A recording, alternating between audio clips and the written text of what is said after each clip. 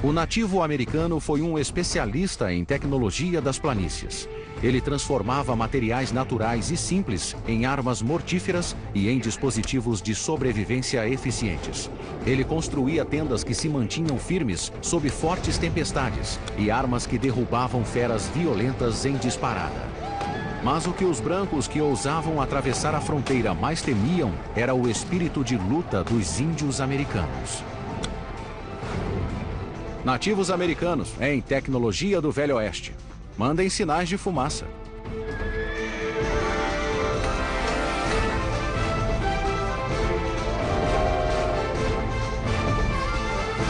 Tecnologia do Velho Oeste. Os nativos americanos.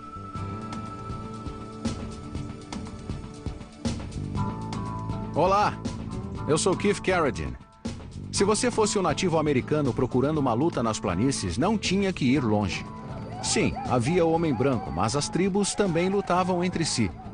Muitas vezes não era nada pessoal, apenas negócios. Um jeito rápido e fácil de conseguir alguns cavalos. Qualquer tecnologia que ajudasse um guerreiro era bem-vinda, se isso significava negociar com um homem branco o que fosse. Mas negócios e tolerância, nada mais além disso. Algumas vezes o único modo de um índio americano reagir à invasão do homem branco à fronteira era com a total destruição. Foi uma luta que se estendeu por décadas. Um embate sangrento que marcou a última metade do século XIX.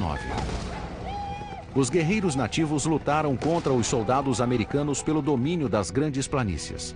Tribos como as dos Lakotas, Cheyennes e Araparros tentavam preservar seus territórios tradicionais. Esses territórios se estendiam das fronteiras oeste de Iowa e Missouri às escarpas das Montanhas Rochosas, do Canadá até o México. No outono de 1866, o conflito atingiu um orgulhoso chefe de guerra chamado Nuvem Vermelha. O exército americano tinha construído 3 fortes ao longo da trilha Bozeman, para carroças que atravessavam o centro da área de caça dos Lakota.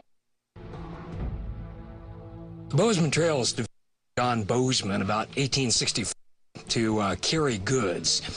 By that time, there were gold strikes out in western Montana, and they needed a quicker, more direct route. O ruído constante das carroças de suprimento do exército afugentava as de alces e búfalos, cruciais para a vida dos Lakotas. E isso, Vermelha não toleraria. Os guerreiros começaram a atacar o tráfego da trilha Bozeman e os soldados e civis que se a sair dos fortes para cortar a lenha.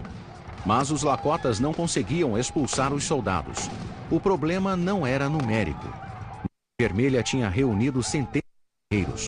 Mas a principal arma dos Lakotas, o arco e flecha, tinha mais de 2 anos de idade. Era uma tecnologia ultrapassada.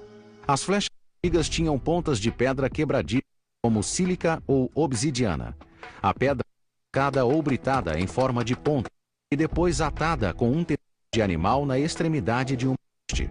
Acredita-se que o arco e flecha tenha sido levado às planícies de 500 e 600 a.C. Mais tarde, mercadores os venderam tribos pontas de metal pré-fabricadas que muitas vezes eram forjadas à mão por ferreiros na Europa. Essas pontas de metal, mais finas e lisas, se ajustavam com maior facilidade e segurança nas armas de madeira e eram mais duráveis do que as de pedra. Quando os colonos se atreviam a ir às planícies, os guerreiros encontravam outra fonte para as setas metálicas. We would take barrel hoops or wagon wheels and take the iron from that and manufacture instead of iron. Na extremidade oposta da flecha, penas de pássaro ajudavam a dar um míssil em voo. There's fletching of hawk feathers, wild turkey, much more suitable under many conditions. They're a lot more durable. Eagle feathers were seldom used at all, just because of the fragility of the feather. Um índio fabricava arcos de madeira dura, como freixo e laranjeira. A corda do arco era feita de 5 ou 6 fios de tendão de búfalo trançados para formar um cordão forte. was basically the muscle fiber, the tendon that ran along either the backbone of the elk or buffalo or its leg. And it's a very wide tendon, and it could be basically ripped apart into very fine fibers or strings, so to speak, and it's very, very strong. Not break it with your hand. Este é Aaron Des Ursos, da Lakota. Ele vai nos ensinar a peça mais comum da tecnologia dos nativos americanos, o arco e flecha. Aaron, these bows that you have here, are these typical from the 1860s? Yeah, they sure are. They're seldom 3 feet in length, so this way they'd easily be adaptable and able to be fired on horseback. And what was the typical range of this weapon? Well, there are different variations of the short bow. These are what we call a self bow. They're not sinew-backed, and this would be the back of the bow. Sometimes they place sinew or rawhide or even snakeskin to help compound the bow and make it a little bit more powerful. So the average range on a self bow, you'd be looking at about 60, 70 yards. And this is a typical arrow from the period, from around the 1860s. You were telling me that there were markings that were put on the arrows. What was the purpose of that? Well, the markings were more like an identifier. It lets you know which warrior shot what arrow. A lot of times in buffalo hunt, you'd be able to tell which arrow brought down a buffalo. This way, your family could actually receive a portion of that meat. There's also lightning grooves, which go up and down the entire length of the arrow shaft. This served 2 purposes. For starters, the lightning was a symbol of power, and the traditional belief is that it helped the arrow fly farther and straighter. Secondarily, it was also a groove mark that prevented the arrow from warping in the sun. Another good point is that the bow and arrow is a silent weapon, so that would make it an excellent choice for an ambush, wouldn't it? Absolutely. Yeah, without question. This way, you can't be identified as to where exactly it's coming from, or you could be up on a bluff or behind a tree, and there's really no telling. The Native American silencer.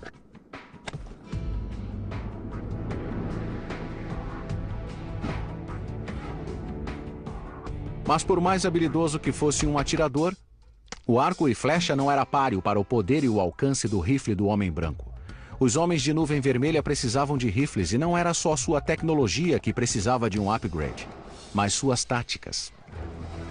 Quando os guerreiros das planícies entravam na batalha, era cada homem por si. Cada guerreiro de nuvem vermelha buscava sua glória individual na luta contra os invasores brancos. Para o índio, o ato de maior bravura que um homem podia fazer em batalha era chamado de golpe de contato. Counting coup was essentially riding up to your enemy on horseback and actually touching the enemy with a coup stick or a bow or a war club or even your hand. That was considered braver than just killing your enemy, because anyone could just kill their enemy. But riding up to him and counting coup, which had to be acknowledged by another warrior, that was significant. Acoustic could be anywhere from a staff to something as small as this, and range in different decorations and sizes. De volta ao acampamento, as testemunhas relatavam os atos de bravura para a tribo. Os anciãos da tribo premiavam cada contato com uma pena de águia ou com uma madeixa do escalpo do inimigo. Um guerreiro corajoso podia conquistar penas suficientes para fazer um cocar. Era o símbolo definitivo de seu status na tribo. The individual that wore the headdress could not make the headdress himself. It wasn't something that he just says, hey, you know, I've got enough feathers, I'm going to go out and make one. The honor was bestowed upon him by his peers. And those peers would actually donate the feathers that they had gotten from striking coup and give it to that individual basically as an honor. O golpe de contato pode ter levado honra para os guerreiros lakotas que lutaram contra o exército, mas levou morte também. Foi o resultado inevitável de uma estratégia de combate em que cada guerreiro estava por sua própria conta. Nuvem Vermelha e seus homens estavam perdendo batalhas e perdendo a guerra. Os lakotas precisavam de uma nova tática e escolheram a emboscada. Seu primeiro alvo, o Forte Phil Kearny, um posto-chave ao longo da trilha Bozeman, em Wyoming, foi uma carnificina. 10 da manhã de 21 de dezembro de 1866. Um destacamento de lenhadores saiu do Forte Phil Kearny e começou a trabalhar à vista do forte. Uma hora depois, os lenhadores foram atacados por 10 guerreiros lakotas. Liderando o ataque, um guerreiro que se tornava famoso pela coragem, um jovem lakota chamado Cavalo Louco. Crazy Horse is one of those Indian warriors that we have almost no information about his early life. In fact, there's a rumor that he was the son of a white trader. But certainly by the late 1860s, he'd become a prominent warrior. He was very daring, very brave, and showed great leadership qualities. O ataque de Cavalo Louco contra os lenhadores era um ardil. Ele queria que o comandante do forte, Coronel Henry Carrington, mandasse reforço. Carrington mordeu a isca. Pouco depois, uma coluna de soldados estava a caminho. Eles eram comandados por um oficial recém-convocado ao Forte Kearny, Capitão William Fetterman. Fetterman was a Civil War hero, and he was known to have said that with 80 men, he could ride through the whole Sioux Nation without a problem. Well, it just so happened that day he had 80 men. Quando os Lakotas viram Fetterman e seus soldados interromperam a luta e começaram uma retirada lenta, mas firme. A certa altura, Cavalo Louco, ignorando a barragem de tiros, desmontou para examinar um dos cascos de seu cavalo. Aos poucos, os Lakotas levaram Fetterman e seus soldados em direção a uma encosta distante chamada Lodge Trail Ridge. Colonel Carrington warned him many times, do not go past Lodge Trail Ridge, because that was the point for which they could not be seen from the fort. Carrington acreditava que havia um grande número de inimigos na região. Se Fetterman tivesse problemas, o forte não poderia enviar mais soldados. Well, Fetterman's ego, Crazy Horse sucked him into it. He chased these 10 Indians past the ridge, down into a valley on the other side, and there's a river down there that was heavily wooded. Escondidos entre as árvores, as rochas e o matagal, estavam 2.000 guerreiros Lakotas, Cheyennes e Araparros, querendo vingança. Território Wyoming, dezembro de 1866. Cavalo Louco e um pequeno grupo de guerreiros Lakotas tinham afastado uma coluna de 80 soldados do Forte Kearny para uma encosta distante chamada Lodge Trail Ridge. Escondidos entre as árvores, 2.000 guerreiros Lakotas, Cheyennes e Araparros esperavam. O capitão do exército William Fetterman levara seus homens a uma armadilha da qual praticamente não havia como escapar. Fetterman's leading his men down off the hill. They get out into that opening area, and then all of a sudden, here comes this swarm. He realized he was in trouble, so he tried to turn his men around and head back to the fort. And basically, he got as far as a ridge that's very strewn with rocks, and that's where they made their defense. Alguns soldados de Fetterman tinham rifles de repetição, como o Henry. Ela podia disparar até 15 balas sem interrupção e depois ser recarregada apenas acionando uma alavanca sob o cabo. Mas a maioria estava apenas com armas de carregar pela boca, da época da Guerra Civil. Rifles que precisavam ser carregados a cada tiro e que só podiam disparar 2 ou 3 balas por minuto. Essas 2 ou 3 balas não eram páreo para as 10.000 flechas afiadíssimas que cruzavam o ar contra os soldados, vindas de todas as direções. In fact, there were so many arrows where we actually ended up hitting some of our own people. Fetterman e os 80 soldados sucumbiram sob a saraivada de mísseis mortíferos. 80 men, 2,000 warriors, it didn't take much long. It was about 30 minutes, and the thing was over. O desastre ficou conhecido na história do Oeste como o Massacre de Fetterman. Para os Lakotas e seus aliados foi a primeira grande vitória na guerra de resgate de suas áreas de caça. A coragem de Cavalo Louco e de seu grupo de aliados deu resultados. A estratégia unificada de Nuvem Vermelha também saiu vitoriosa. Após a batalha, a adrenalina fez com que os guerreiros saltassem sobre os corpos dos soldados, mutilando-os de formas horríveis. Isso não era apenas para desgraçar os soldados mortos. It was so they wouldn't be a whole body in the afterlife in order to track them down. If they had no hands, they couldn't grab them. If they had no feet, they couldn't come after them. If they had no eyes, they were blind, they couldn't see. Or they would always be wandering around looking for their body parts, and there would be no threat. Nas mentes dos guerreiros, essas considerações espirituais não podiam ser ignoradas. A religião tinha um papel importante em suas vidas.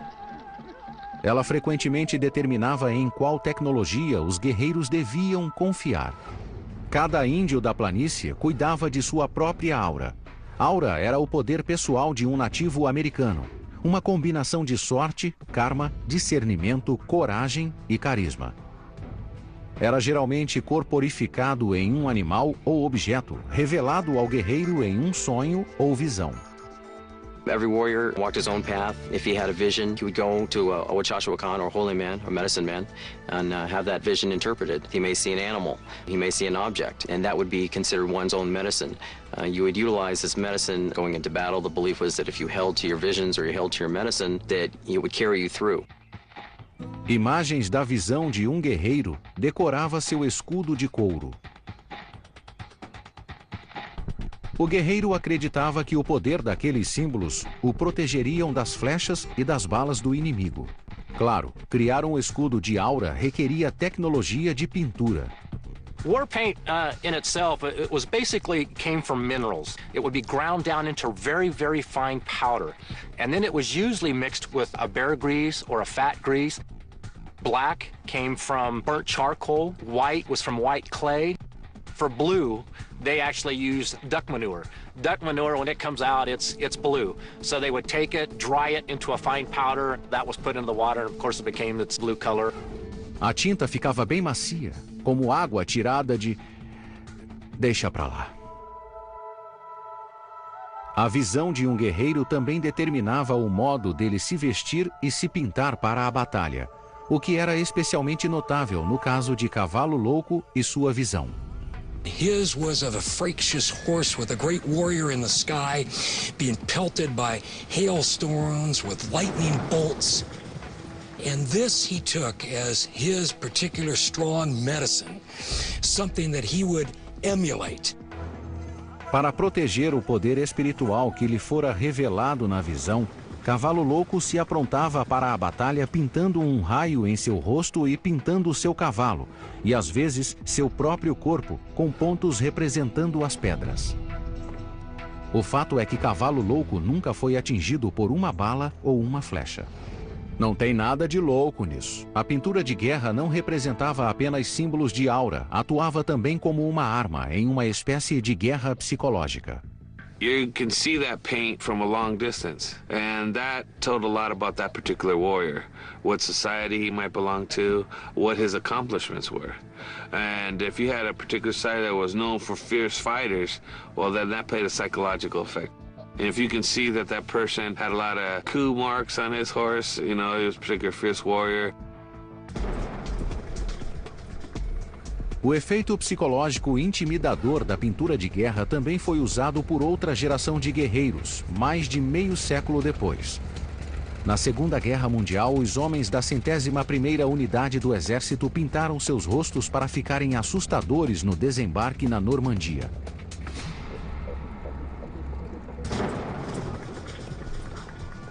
A visão não apenas determinava como um nativo americano se pintaria para uma luta, também exercia forte influência em seus rituais e às vezes criava tabus para um guerreiro. Uma dessas crenças pode ter sido o infortúnio de um grande combatente Cheyenne chamado Nariz Redondo. Romanos was a big, strapping Cheyenne warrior, unusually large for an Indian. He would always try to be in the forefront of any kind of attack. Despite this large size, he was described as a magnificent horseman. So in all ways, although he was not a chief, he led by example as one of the great warriors of the Cheyenne. Nariz Redondo sempre usava um cocar nas batalhas. Ele acreditava que o acessório de guerra possuía uma aura que o tornava à prova de balas. Mas aquele poder só funcionaria se ele evitasse algumas coisas. Um tabu era que ele jamais poderia ter esposa. Outro, que nunca comesse uma refeição preparada ou servida com utensílios metálicos. 17 de setembro de 1868, um acampamento conjunto de Lakotas e Cheyennes no rio Aricari, no leste de Colorado, soube que uma cavalaria americana tinha sido vista mais abaixo. Os guerreiros pintaram seus corpos, reuniram suas melhores armas e cavalos e se prepararam para a luta. Nariz Redondo estava entre eles. Ao se aprontar, ele comeu uma refeição. Unbeknownst to him, a squaw had stabbed some food to serve to him with an iron fork. He didn't know it. Before he knew it, he ate some of the food. Well, now this was very bad medicine. Antes de sair para se reunir para o combate, Nariz Redondo soube que violara um tabu sagrado e não havia tempo para os rituais de purificação exigidos para restaurar seu poder. O grupo de guerreiros dirigiu-se rio abaixo e atacou a cavalaria.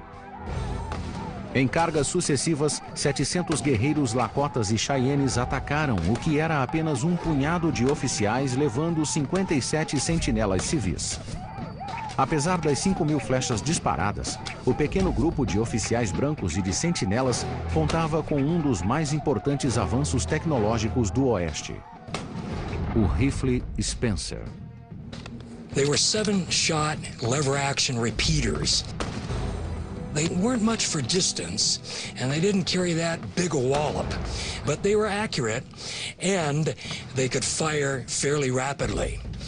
Dozens of Indians went down.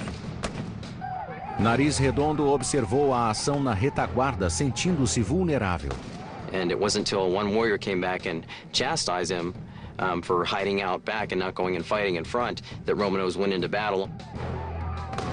Nariz Redondo deu ânimo aos guerreiros ao liderar um ataque feroz.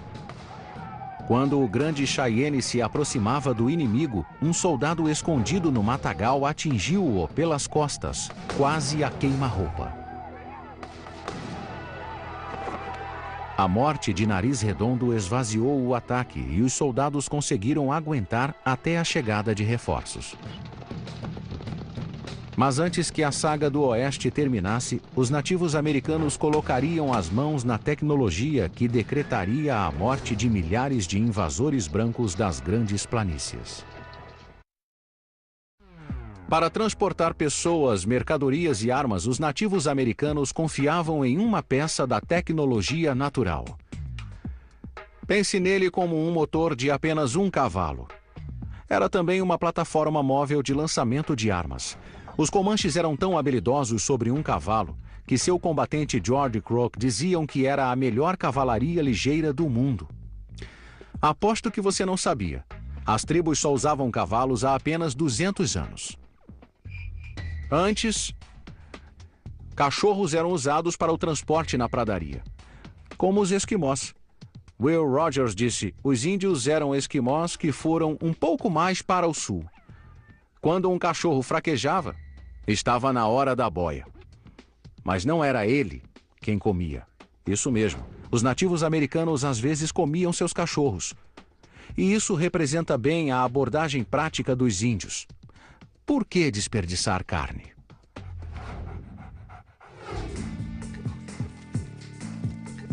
Até os espanhóis levarem cavalos para a América do Norte nos anos de 1500, os cães eram os burros de carga da pradaria. We relied on the dog for virtually everything. They would carry our loads and carry our food, and when we moved, the dog was a beast of burden. Um cachorro sozinho não conseguia carregar muito nas costas, mas ele podia arrastar uma carga de até 100 quilos quando amarrada a um dispositivo. Ele era feito de 2 galhos longos com apoios transversais para apoiar a carga. Era preso em um cachorro que puxava o aparato como um trenó. Mas para que os cães tivessem algo para arrastar, os caçadores tinham que fazer uma matança. Para os índios a pé era muito difícil. O melhor modo de caçar um búfalo não era perseguir e abatê-lo, mas usar sua mentalidade de manada contra eles. We had what we called runners. And what these runners would do is they would run alongside the buffalo, and we'd have warriors along a certain path in which we wanted to direct them with blankets, jumping up and flashing the blankets to kind of lead the buffalo down a certain trail towards what we called a buffalo jump, which was usually a cliff. O nome de uma queda de búfalo em Alberta, no Canadá, o resumia perfeitamente. Era chamado de cabeça esmagada. Esse é um lugar que não quero visitar. Fazer um búfalo despencar de um penhasco era uma atividade sangrenta. mas o único meio de garantir uma matança suficiente para alimentar, vestir e abrigar uma tribo inteira durante um longo inverno. Mas no final dos anos de 1600, as estratégias de caça mudaram. Graças ao cavalo, naturalmente. Aos poucos, os cavalos foram abrindo caminho para o norte a partir das colônias espanholas no México. Sua chegada revolucionou a vida cotidiana dos índios das planícies.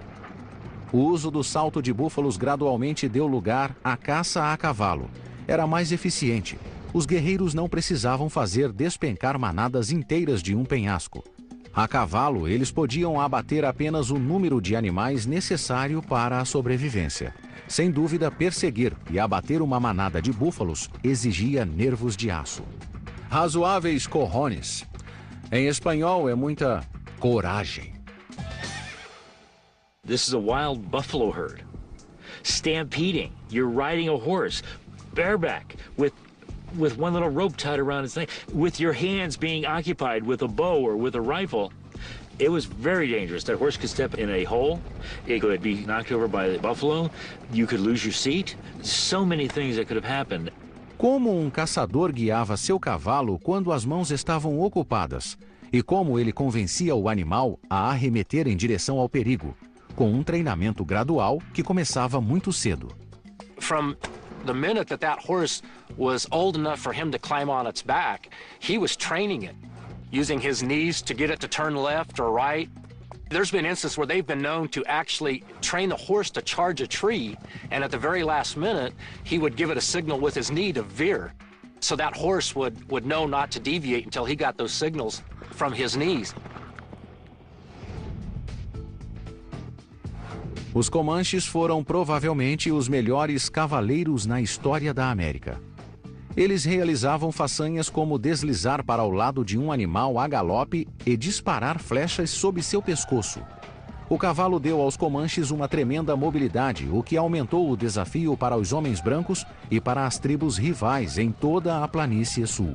Os guerreiros Comanches não se importavam em atacar inimigos a quilômetros de distância, mas viajar grandes extensões gerava problemas de comunicação de longo alcance. Sinais de fumaça eram um modo de manter contato. Foram a versão do telégrafo dos nativos americanos. Os guerreiros atiravam grama molhada ou verde no fogo para produzir fumaça branca e densa e interrompiam a coluna de fumaça com uma manta para enviar os sinais. E havia um modo mais fácil de avisar sobre um perigo ou de coordenar ataques a longa distância. Não há nada mais simples, um espelho comum, não é?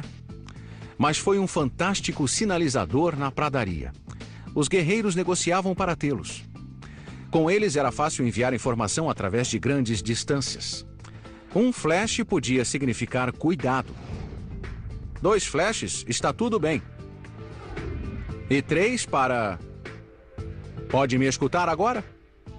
Se não houvesse sol, não podiam. Mas em um dia ensolarado, o brilho de um bom espelho podia ser visto a 25 quilômetros. O exército americano tomou emprestado a ideia. Ele começou a usar espelhos de sinalização logo que chegou nas planícies.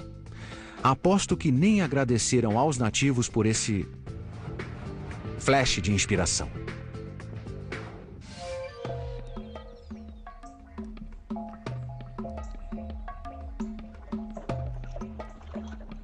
Como os Lakotas e os Cheyennes, os Comanches hostilizavam a invasão do homem branco em seu território.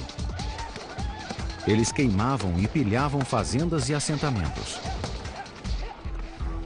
Um guerreiro implacável chamado Quanah Parker liderou um dos mais agressivos grupos Comanches. A mãe de Quanah era uma mulher branca. Ela fora capturada ainda criança. Ele a adorava e adotou seu sobrenome em inglês, Parker. Mas seu afeto pelos brancos limitava-se a ela. Quanah se considerava um Comanche puro e estava decidido a preservar o estilo de vida livre dos Comanches.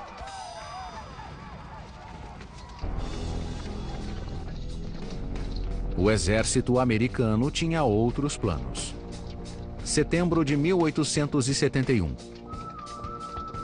Os comandantes do exército juraram acabar com os ataques comanches contra os colonos brancos no noroeste do Texas. O coronel da Guerra Civil, Reynolds Lydell Mackenzie, partiu do Forte Richardson, no Texas, com 600 soldados. Sua missão? Acabar com Quanah Parker e seu povo. Mackenzie planejava quebrar a vontade de Parker e forçá-lo à vida nas reservas, a todo custo. O que Mackenzie não sabia era que aquele custo seria pago em sangue.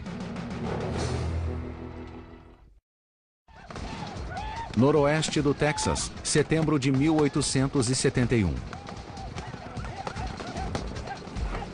Quanah Parker e seus guerreiros comanches queimavam e saqueavam fazendas e assentamentos de brancos. Eles tentavam expulsar os intrusos das terras indígenas. O exército americano pretendia matar Quanah e seus guerreiros ou expulsá-los para as reservas. O exército mandou um de seus oficiais mais inflexíveis, Reynolds Lydell Mackenzie. By this time, he was a colonel, had been one of those boy wonders during the Civil War. Had risen to great prominence, West Point graduate, everything on his military resume to recommend him. Mackenzie e os 600 soldados do Forte Richardson começaram a procurar o acampamento de Quanah. Parker não se intimidou e planejou um contra-ataque. À maneira clássica de guerrilha, Quanah enviou pequenos grupos de guerreiros a cavalo para fazer ataques rápidos à coluna em marcha. O próprio Quanah liderou um ataque noturno e roubou o cavalo do coronel Mackenzie. Após um mês de marcha infrutífera e com um saldo de perdas pequenas, mas frustrantes, Mackenzie finalmente desistiu e voltou para o Forte Richardson para se reorganizar. Quanah Parker e seus guerreiros tinham conseguido alguns meses de sobrevida na planície. A coluna de soldados do coronel Mackenzie nunca chegou ao território de Quanah. Mesmo que tivesse chegado, teria sido muito difícil localizar uma aldeia comanche. As tribos da planície, como as dos Comanches e dos Lakotas, viviam em tendas portáteis. Quão portáteis? Mulheres e crianças podiam desmanchar acampamentos com facilidade e fugir do perigo. Since we were nomadic people, we could pack the teepee up relatively quickly in an hour and move it beyond the road. So it was a perfect design for living on the northern plains, especially following the buffalo and adapting to our surroundings. A tenda não era apenas fácil e rápida para as mudanças. Sua arquitetura era sólida como uma rocha. Esse abrigo leve, feito de umas poucas vigas e couro de animais, aguentava ventos de tempestade. Um sistema de tripé formava a estrutura básica de uma tenda. Depois que os mastros mais pesados eram posicionados, vários outros, mais leves, ajudavam a dar a forma da tenda. Um último mastro elevava a cobertura à altura máxima. Os dois lados da cobertura eram unidos com peças de madeira, e estacas de madeira ou de metal seguravam a parte de baixo da cobertura no chão. Em seguida vinha o componente mais importante do sistema, o revestimento interno. It compressed the area inside the lodge a small degree, so it made it easier to heat and maintain the heat in there. There was a storage space behind that liner. The liner itself came right down onto the ground for the most part, while the lodge cover set up off the ground. This creates an area where the wind can come into the lodge and travel up between the lodge cover and the liner, and that acts as a natural chimney flue to draw the smoke straight up and out through the smoke flaps. E agora minha peça predileta da tecnologia de tendas. Uma cadeira de descanso dos nativos. Pegue um punhado de galhos de salgueiro, tire a casca e corte todas iguais. Depois amarre-os com essa tira de tendão de búfalo. Aqui no topo, um laço de couro ajustado sobre uma das hastes do tripé. Você arma o tripé. Depois engancha o laço de couro sobre uma das pontas do tripé. Está pronto. Uma cadeira de descanso.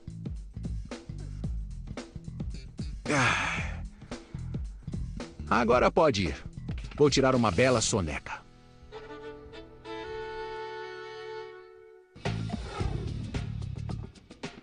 Na maioria dos casos, as mulheres eram donas da tenda da família e responsáveis por mantê-la e transportá-la, o que era justo. Em geral, ela é quem a construíra.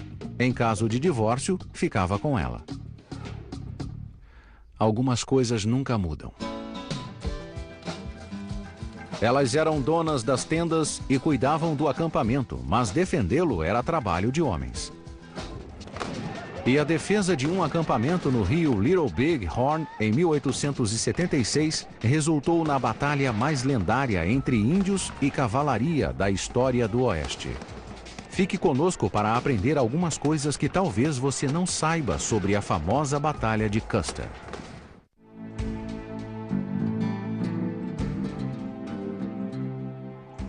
No verão de 1876, muitas tribos guerreiras das grandes planícies, outrora poderosas, tinham sucumbido à pressão do governo americano. Elas foram confinadas às reservas indígenas. Mesmo o poderoso Nuvem Vermelha, antes um tormento para a trilha Bozeman, levara seu grupo de Oglala, Lakota, para uma reserva no Nebraska. Sua dolorosa decisão foi, sem dúvida, forçada por uma chocante e reveladora viagem que ele fizera ao território inimigo. Nuvem Vermelha esperava negociar com o governo branco. He went to Washington, saw the inevitability of the white men coming, and basically changed his ways, realized that for the greater good of the people, to absorb the Eastern philosophy and change our way of life and go to the reservation was going to be the mainstay for the people, the only way that we were going to survive. He saw the big cities and the large amount of people. He just became a realist, is what I think it amounts to. Mas ainda havia alguns resistentes entre os Lakotas que não tinham intenção de sucumbir à pressão dos brancos. Entre esses, destacava-se Cavalo Louco, a liderança de Nuvem Vermelha na luta contra Fetterman 10 anos atrás. Agora, quase com 30 anos, Cavalo Louco tornara-se um líder respeitado na luta contra a invasão branca. He was fighting for the right to live as he always lived, and for his people to always live that way.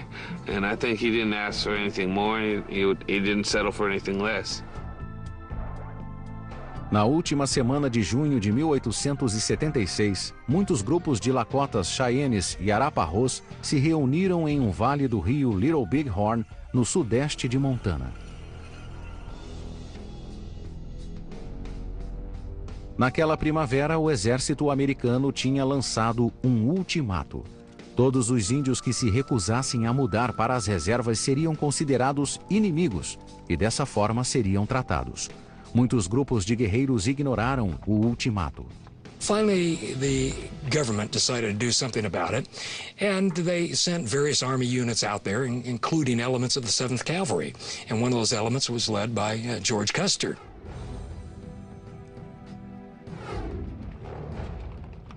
Os grupos reunidos em The Little Big Horn, entre 1.500 e 2.000 guerreiros, logo seriam testados na batalha. Um pouco depois do meio-dia de 25 de junho, começou o ataque.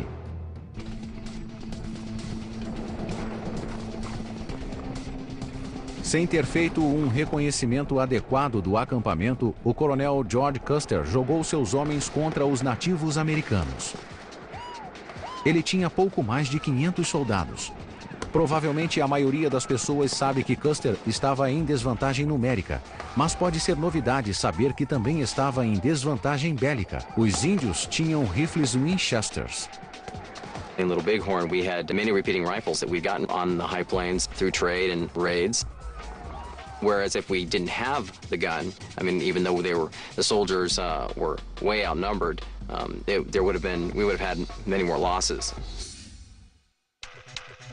Muitos daqueles rifles de repetição não eram exatamente novos, mas em muitos casos os guerreiros tinham adaptado as armas ao combate a cavalo. Because they used their rifles on horseback, they shortened the barrels. They didn't need that long barrel for long distance.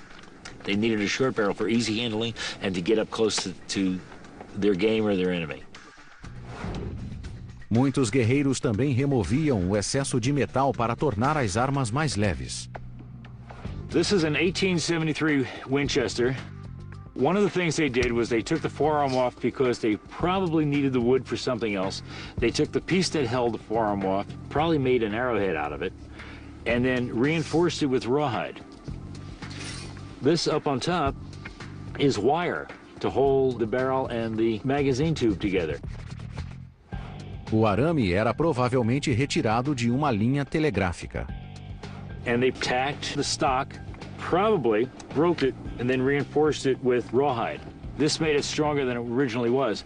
And on this rifle, we have no butt plate. The butt plate was removed. One of the reasons for that is they needed the metal as a hide scraper, and they would use it as a tool. Ironicamente, enquanto muitos guerreiros tinham rifles Winchester de repetição em Little Bighorn, a tecnologia mais recente em armas de fogo, os rifles nas mãos dos soldados brancos podiam atirar apenas uma bala a cada carga. As armas de repetição ainda não tinham chegado ao arsenal militar americano.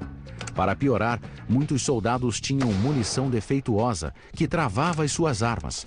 As cápsulas eram feitas de cobre que podiam deformar ou mesmo quebrar durante a extração.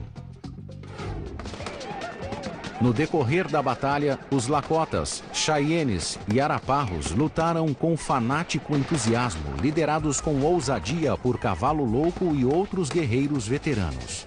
Their motivation was saving their family. You know, here you've got this foreign people coming in, invading your land. You got your wife, your children, your family members all down there. You're going to do everything that you can to protect that. O resultado da batalha é bem conhecido. O grupo de guerreiros esmagou as forças de Custer. A temerária decisão do coronel de atacar um inimigo desconhecido acabou com sua própria vida e as vidas de mais de 200 soldados.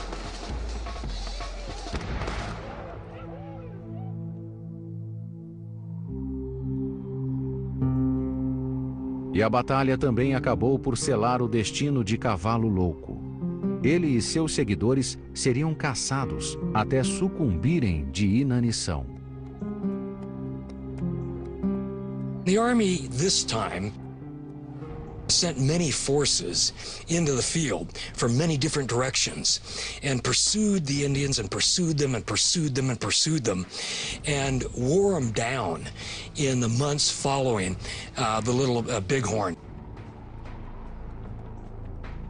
Finalmente, para acabar com o sofrimento das mulheres e das crianças sob seus cuidados, Cavalo Louco rendeu-se às autoridades da reserva de Nebraska.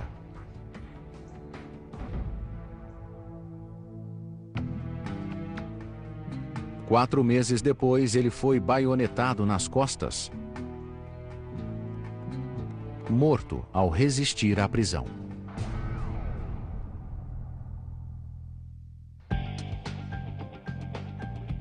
Os índios americanos viviam da terra. Sua tecnologia serviu muito bem por séculos. Mas os tempos mudaram. O homem branco trouxe armas avançadas e ferramentas para o oeste. Os nativos se adaptaram o melhor que puderam, mas no final eles foram vencidos.